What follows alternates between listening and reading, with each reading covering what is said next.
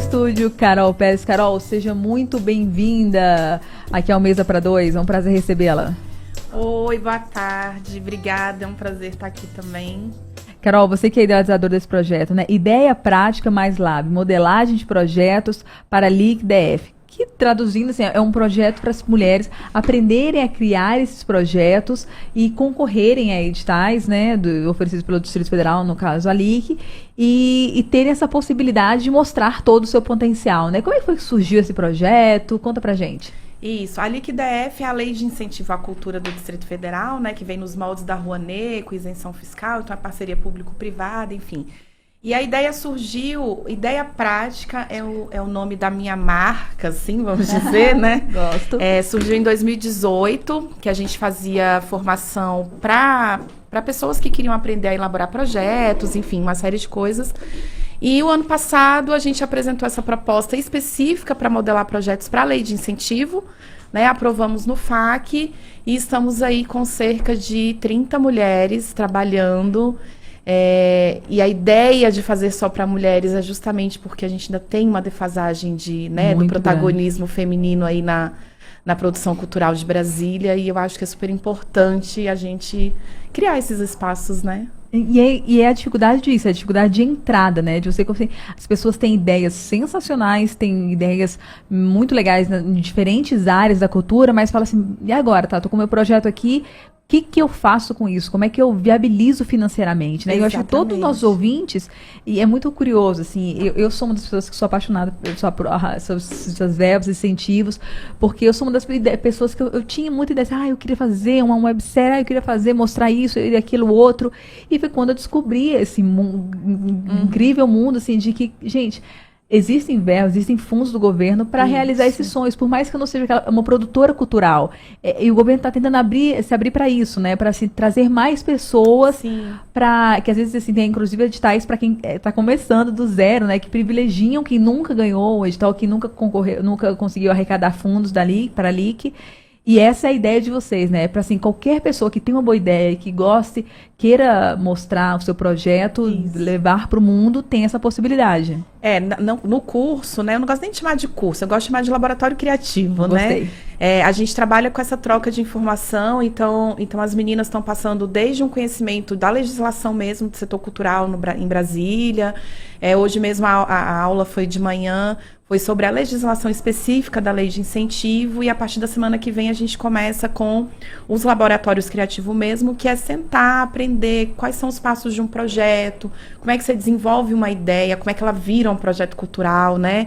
Depois do projeto cultural pronto, o que eu vou fazer com isso? Onde que eu vou buscar? Né? A Lei de Incentivo, ela é um dos caminhos. Em Brasília a gente tem, quando se fala de fomento público, a gente tem a LIC, a gente tem o FAC, a gente tem as emendas parlamentares. Então, tem uma série, né, um leque de opções, e que a gente precisa começar a educar os nossos produtores, né? Principalmente quem está começando agora, ou mesmo quem é artista e que está se propondo a entrar nesse mundo da elaboração de projetos. E a gente precisa dizer, olha, é por aqui que vai, é pegar na mão mesmo, assim, sabe?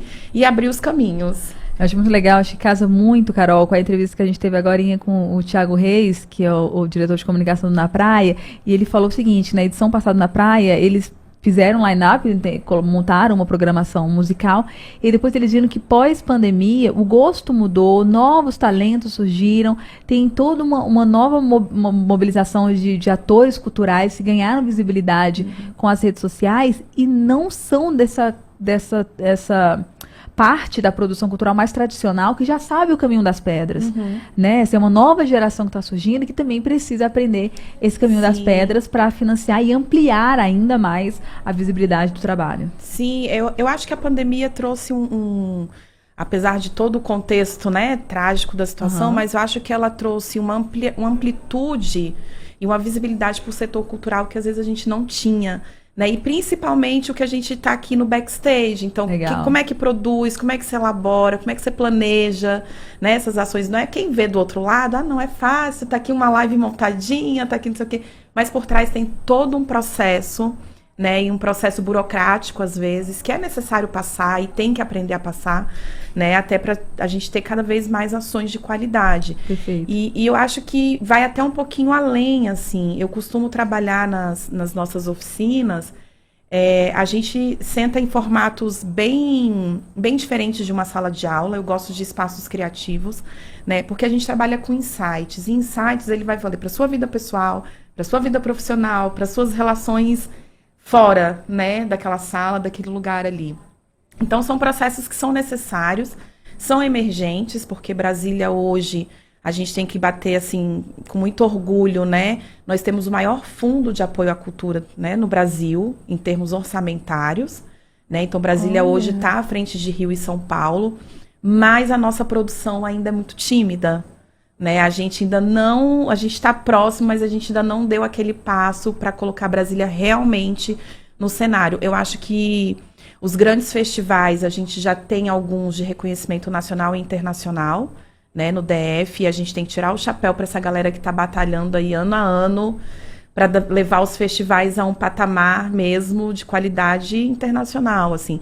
Mas a gente não pode esquecer da galera que vem atrás disso, né, que é justamente quem está começando, quem está saindo de uma faculdade agora de teatro, quem está começando sua primeira exposição, seu primeiro livro. Então, são ações que são necessárias. Maravilha. E para saber mais sobre o seu trabalho e sobre o Laboratório Criativo, como faz? Olha, tem o site ideiapratica.artecontemudo.br, ou pode procurar a gente no Instagram, Ideia Prática DF, né? Lá também, por lá, a gente entra nos canais de toda a equipe. Ideia Prática, eu estou aqui, ideiapratica.arte.br. Você vai saber mais sobre esses e outros projetos que vocês sempre têm, né? Outros projetos muito legais, para colocar mais pessoas aí com acesso a fundos de fomento, de cultura e de arte aqui no Distrito Federal, especialmente as mulheres que a gente precisa. Carol Pérez, muito obrigada pela sua entrevista. Ai, obrigada a você, Bárbara, é um prazer.